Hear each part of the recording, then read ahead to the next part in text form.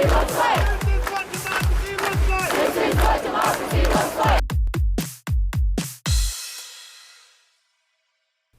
everyone! Welcome to Be the Change. My name is Lily Mott, and today I'm going to be talking about how change comes when you're receptive to feedback and want to do better. I hope everyone is doing well, and I'm so excited that you're tuning in for this episode because this week's guest is Stephanie Hu, and she is the founder and executive director of Dear Asian Youth, which is an organization promoting intersectional activism through their digital platform, grassroots organizing, and community-based advocacy. I am especially excited to be sharing this episode with you during Asian American and Pacific Islander Heritage Month, which is in May every year, and I didn't want it to go uncelebrated on this podcast. So, without further ado, let's get started with this episode featuring Stephanie Hu.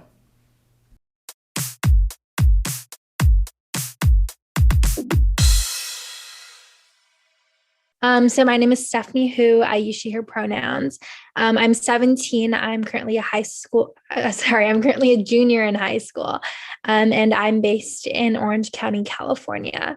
I was born in upstate New York and I did move around quite a lot growing up. So, I lived in Taiwan for 4 years and then I lived in China for 5 and now I'm here. Yeah. So primarily the work that I do, I do a lot of activism work.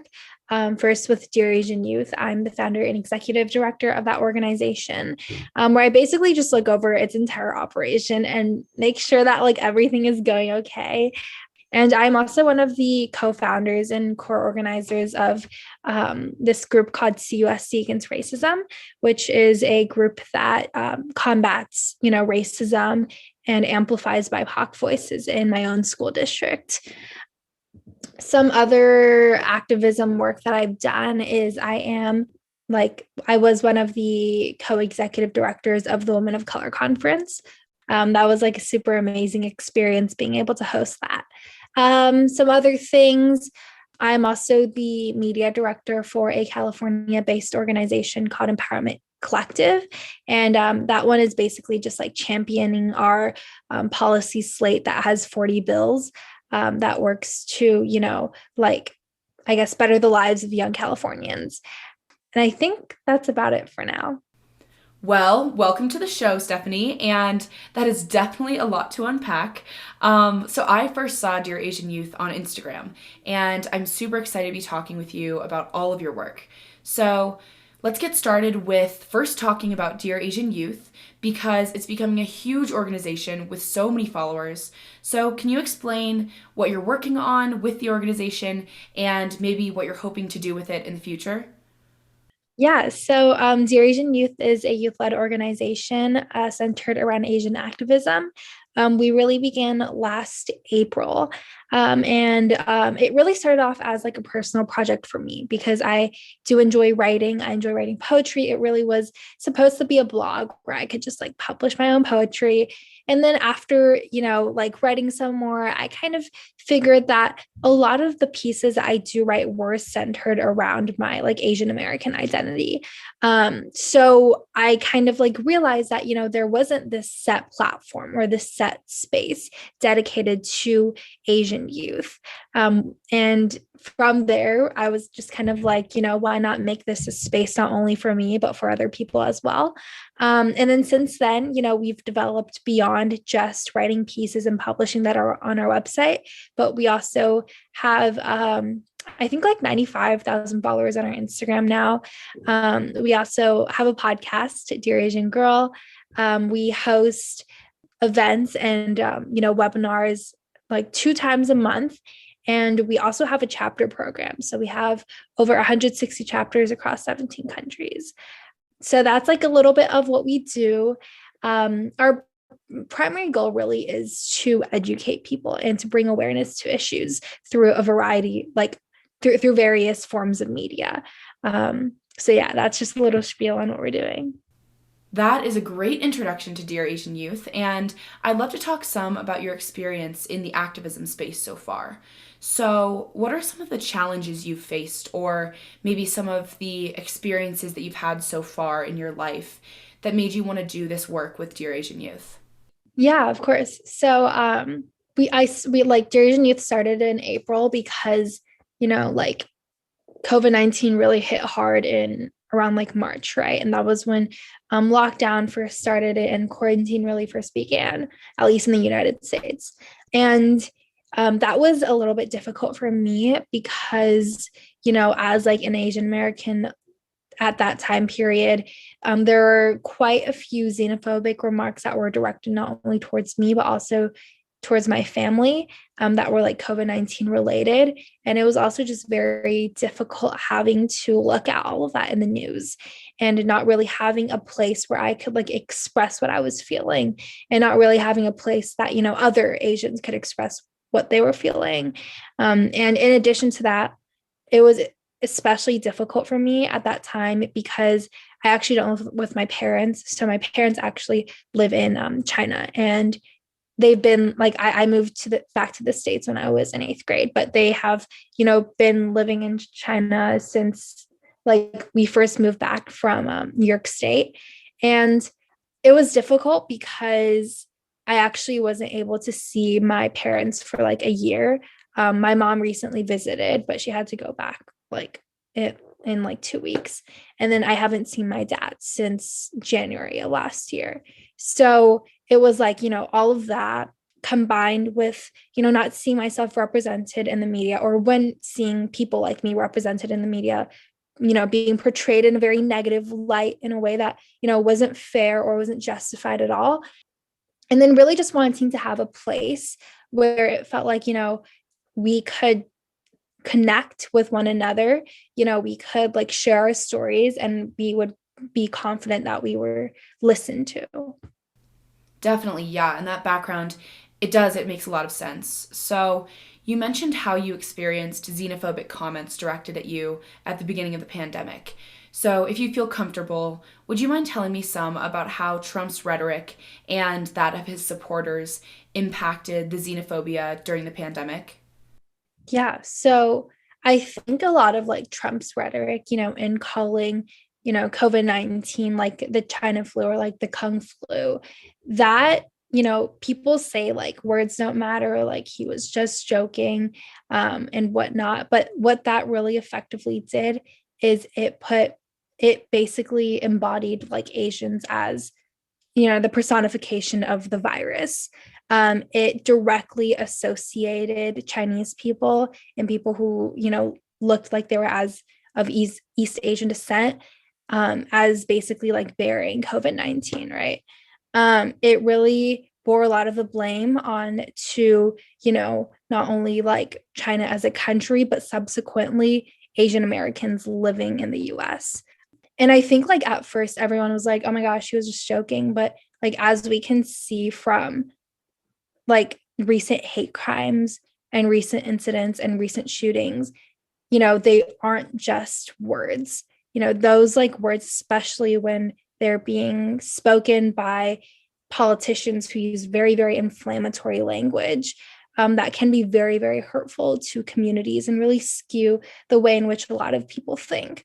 But I also think that like Trump's rhetoric isn't the only reason that Asian American communities are facing discrimination.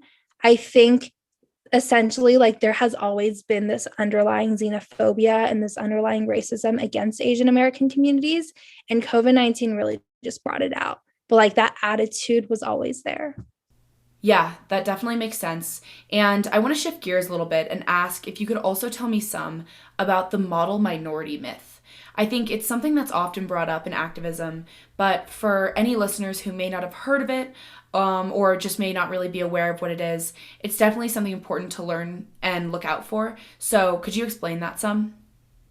Yeah. So the model minority myth is this like false idea that Asians are essentially the model minority. It basically pits Asian Americans against other communities of color in saying, like, oh, look at these Asian Americans. They are, they um, are of like, I don't know, they're paid like high incomes. They are educated. They go to college. And for those reasons, like, basically it's putting Asians on like this pedestal and saying like, hey, look, Asians are people of color too. Why can't the other communities of color do the same? Like, why can't the other communities of color, be at the same income level? And it really pits communities of color against each other because like the entire model minority myth is false, because what happened was essentially like only Asian immigrants who came from wealthier backgrounds were allowed into the US. So of course, like, Asian Americans were going to be of higher income because they came from higher incomes back when they were they were in their own home country. Sorry, I'm stumbling a little bit. But so it's basically just like this false ideology.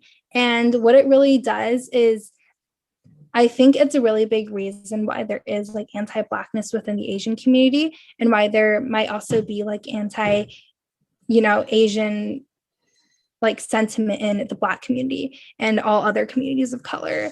And I think it's really important that, we as people of color understand that this idea is false and that it was created to pit minority groups against one another, and recognize and try to combat that. That's really interesting. Thank you for sharing that background to the myth, because I just didn't know. I didn't know that that was the origin. So that's really interesting. So, hearing about these hardships being faced, particularly by the Asian community, what is the best way for white allies to show their support for the Asian community? Yeah, for sure. So I think well, it really just starts off with like listening to the Asian community, right? And listening to what like we want and what we are fighting for. So something that I have noticed a lot is like people, for example, with the Georgia shootings, they will share the names of like some of the victims.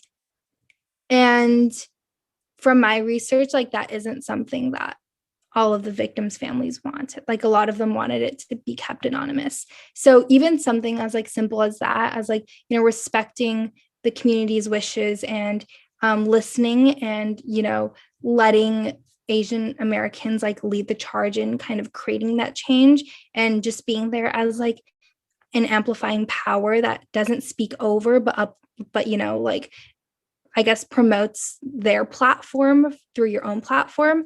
I think that's really the way to go right now. And I also know something that is like we can all practice in our own daily lives is really reaching out to a lot of like Asian American friends and family. At least for me, I think that has been really helpful when a lot of my non-Asian friends have been like reaching out and just saying like, hey, I saw what happened in the news. How is it? Like, how are you doing?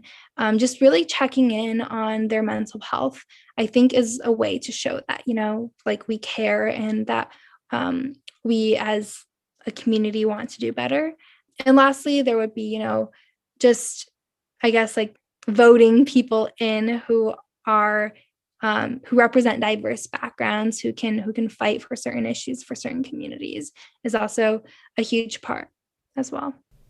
Definitely. And I love that last point, because on this podcast, I love to talk about voting. So thanks for bringing that up. Any excuse to talk about voting, I'm here for it.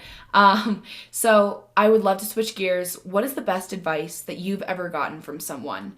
Are there any words of wisdom or anything like that that have really stuck with you? So this is something that's more related to just like how to kind of, I guess, like be a leader of an organization that I've always kept in the back of my mind.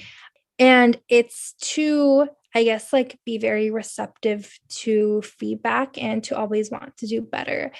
Because I guess like something that I realized, and something that I guess was very eye-opening to me, is like everybody has biases. Everybody, because that's like the environment that we grew up in. No matter what type of person we are, no matter what race we belong to, no matter what culture we belong to, at the end of the day, we all have biases. And having those like internal biases to start off with doesn't make you a bad person, because you were surrounded in an environment where everybody thought like that. But what makes you a good person is the ability to confront those biases and to work towards being a better person, like deconstructing them. And that's something that I think is like very valuable. And I think that everybody should take into account, because I also think that helps a lot in the attitude of like, not being defensive when we're called out for certain things, instead of taking it as like, oh my gosh, I'm being canceled or whatever. Take it as like an opportunity to learn and be like, everybody struggles with this. Now I'm aware of it. And, I'm going to take steps to do better in the future. Oh my gosh, yes. I love that you made that point because I think it's a really tough thing to remember. But if you can work on accepting advice and that criticism, it's going to make you into such a better person down the line. So thank you for sharing that. I have kind of a signature question that I like to ask my guests, and I'm super excited to get your take on it. There are lots of young people out there who want to create change and they want to make a difference. Do you have any words of wisdom that you'd want to share with these people who may just not really be sure where to get started? Yeah. So, well, I can like kind of give with an anecdote. So, for example, for CUSC against racism, I saw and I knew that there was like issues within my school district. I didn't know how to address them. I was like, I don't even know admin that well. How can I possibly ever, like combat these issues in a space where I know that I'm not welcomed, and I know like historically that students of color haven't been heard. And it was really when like some other people started to work on like CUSC against racism. And I basically just like reached out to a bunch of different people. And I was like, do you know who kind of like began with this idea of CUSC against racism? Reach out to a bunch of people, found like, the source of all where it all began, and connected with them. And it really is just like not being afraid to take the first step. I don't think that like if you want to create change, you always need to like start a nonprofit organization, or you need to like raise this many dollars, or you need to do this and do that. I think it really just begins with contributing even just a little bit to like an organization that already exists. And that's a really, really great starting point to ask like, hey, these are my skills. These are the resources that I can provide. And how can I help further your mission?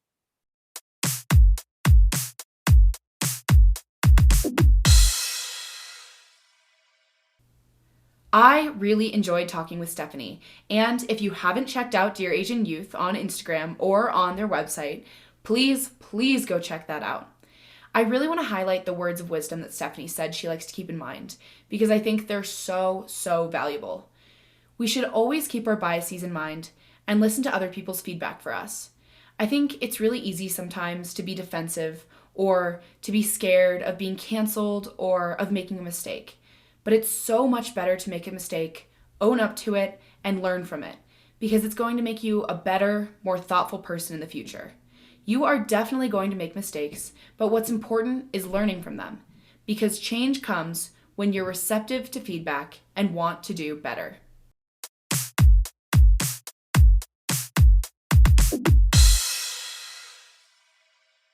Thank you so much for listening to this episode, and you can follow Stephanie on Instagram at Stephanie with 2es.who to get connected with her and follow along with her work.